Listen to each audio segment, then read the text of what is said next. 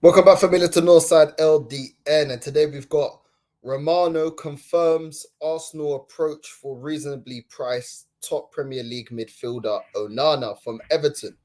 Make sure you're smashing the like buttons, make sure you're doing all that good stuff, and let's get straight into it, familia. Arsenal apparently looking now for Onana, the Everton midfielder, as an option for the departure of Partey. Let's get into it. In the end, Arsenal may be unable to finalise the expensive deals for midfield targets like João Felix, Bruno Guimarães, Douglas Luiz, and they also may realise that they won't be able to persuade an affordable top target like Martin Zubimendi to join, as he doesn't find the prospect of being a gunner particularly appealing. However, they may still have enough recruit. Let me say that again. However, they may still have to recruit a capable midfielder, given the departures of Mohamed El Nene, Albert Sambi Lakonga, Charlie Patino, and Thomas Partey, who may still stay. That said, they may have no choice but to think outside the box in their hunt for the top midfielder. Many could be asking why don't Arsenal try to sign Everton's Amadou Onana? Now, today, according to Fabrizio on Give Me Sport, he has revealed that the Gunners have indeed made contact with my choice. They have had some contact, yes, in terms of being informed on the player situation, but it's not the proper negotiation to the club yet. I think Arsenal have several names that in that list for the midfield. Onana is appreciated by many in England.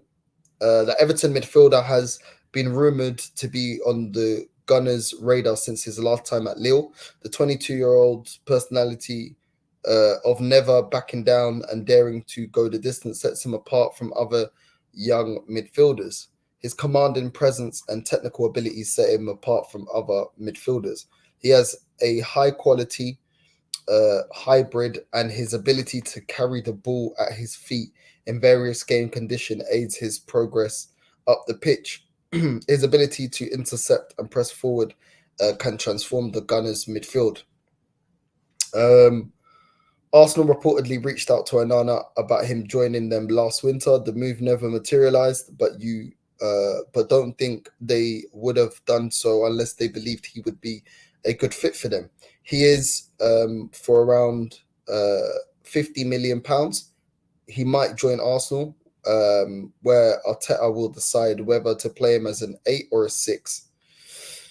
Now, let's get into this.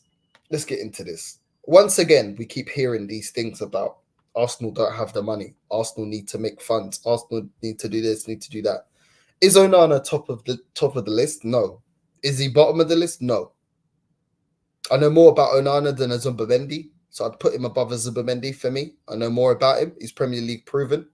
I'd put him above a João Neves at Benfica because João Neves is not ready. One thing you can say about Onana is he can come in and do a job. Will that job be as good as Thomas Partey? I don't think so. I think he has different. I think Thomas Partey has a bit more to his game than somebody like Onana. I think he's is a very just standard CDM. It's going to shield the back line. Isn't going to do anything fancy.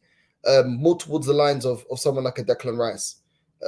Whereas Partey has a bit more to his game, and which is why I prefer Bruno Guimarães over somebody like Onana, because Bruno Guimarães could actually, he's more creative. He's got better long range passing on him, so he could spark a counter attack from deep a lot easier because he's got that ability. Whereas Onana his game is more rigid, and is he better? Listen, he's better than Jean Neves, 100%. He's cheaper and he's ready now. Where Jean Neves, if he reaches his potential, he'll probably be ready in 2-3 seasons.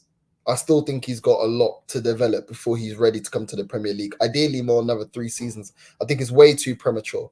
Way too premature for someone like Jean Neves to come to Arsenal or to the Premier League, especially for the money that he's going for as well. He's going for a ridiculous amount of money, 85 to 100 mil.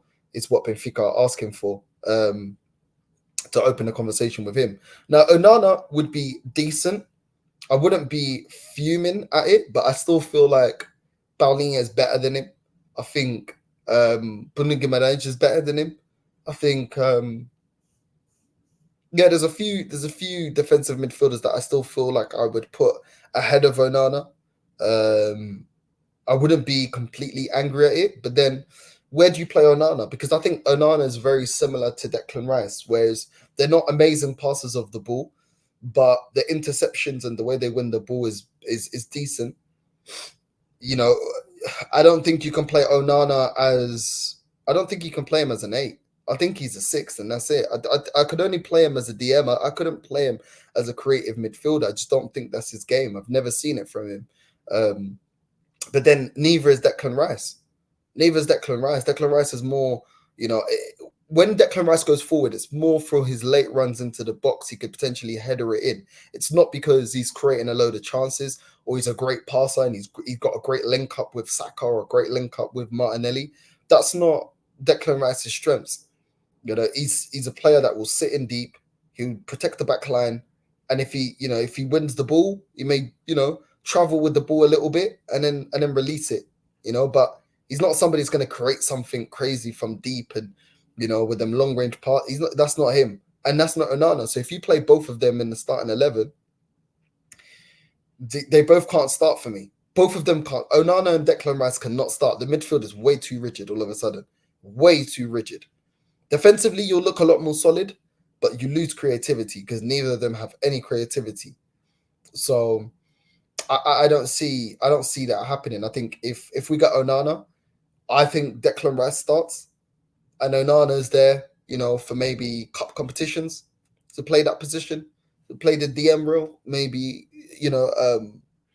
Carabao Cup, FA Cup, competitions like that. For rotation purposes, but I don't see him getting into the starting 11. Whereas that kind of makes us weaker because if we get rid of Partey and we bring in Onana, who's in the starting 11?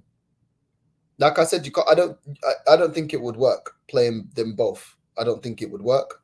I think we would really would look a lot more predictable. Would look a lot more solid, but would look a lot more predictable. I just don't think it would work. I don't think it's a good balance playing Onana and Rice in the midfield and then Odegaard in the 10. That to me is not appealing. So we'd still need to go out there and get a creative, a deep line playmaker. So yeah, that's how I think of it. That's how I look on it. I think 50 M's. I mean, if we've got 50 M's, why are we not buying Sesko? Because it seems like the club's very interested in Sesko. Why are we not buying Sesko? Even some of these players that we've been linked to for 50 odd million pounds, it still seems like we're struggling to get those deals done. So listen, it's crazy. I'm still very skeptical as to if Arsenal have no money. Maybe we're just getting that around so that we don't get finessed in the market. And if Arsenal are doing that, then credit to them. Because we shouldn't be flaunting our money. You see Man City never flaunt their money. When Man United were willing to play over the odds for Alexis Sanchez, they were like, listen, we're not overpaying. When Arsenal were willing to overpay for Declan Rice, Man City stepped out and said, we're not overpaying. And that's how you don't get finessed in the market. Now, of course, we shouldn't be saying, oh, we've got this much money, we've got that much money, we've got loads of money, because obviously teams will up the price of their players. So you have to play the game. I get it. I completely get it. But at the same time, that doesn't give Edu the green light not to get us the players that we need to get over the line. There's still a lot of players that we need to buy. And for me, I think Onana's not bad, but at the same time, he's in the bottom of the top 4 DMs that I want to come to Arsenal. He's in last place. So I would be a little bit underwhelmed. Not because I think the player's trash, but I think that we could do a lot better. And but yeah, that's what I think about Onana. But I'm getting annoyed with hearing all this stuff about we don't have money and we don't have this and we need to sell that player. Like, why have we not sold them then? Why have we not sold them? Why have we not sold these players? Why is Lokonga not gone yet? Why is Thomas Partey, like I said, I don't even want to get rid of Thomas Partey. I want to keep Thomas Partey just because of this. Just because of this. This is everything we're seeing right now is exactly why I've been hesitant to want to get rid of Thomas Partey.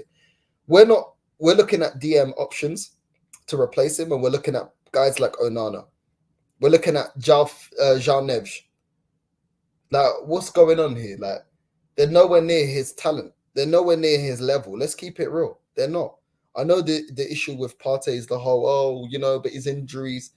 They're not near Thomas Partey's level right now. Right now, speaking, if we get rid of Thomas Partey and we replace Onana, or we get Jean Neves, they're nowhere near his level right now. And this is why I'm hesitant to get rid of Thomas Partey, because I don't trust this club to go out there and get a player that's on the same level. Bruno Guimaraes, we don't know what's going on there. We don't know what's going on there. That's the only other player that I think could do the Thomas Partey role. Could help Declan Rice defensively, but also can create from deep. Other than that, I'm struggling to see any other player that's going to do that. And it's like we're going for all these plan Bs already. It's poor, man. It's poor. And this is why I don't trust this club to get done what needs to get done. I want Thomas Partey to stay.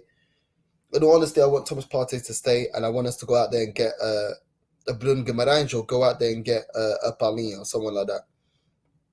But I don't trust this club to replace Thomas Partey. But listen, what do you guys make of it? Would you be happy with Onana? Do you think Onana is a great deal for Arsenal? Do you think now we're not looking at Zubamendi? Looks like Zubamendi's made his mind up that he's not leaving Spain. He doesn't want to come to Arsenal. Do you think we should go Arsenal turning their attention to Onana is a good thing? Let me know what you guys think.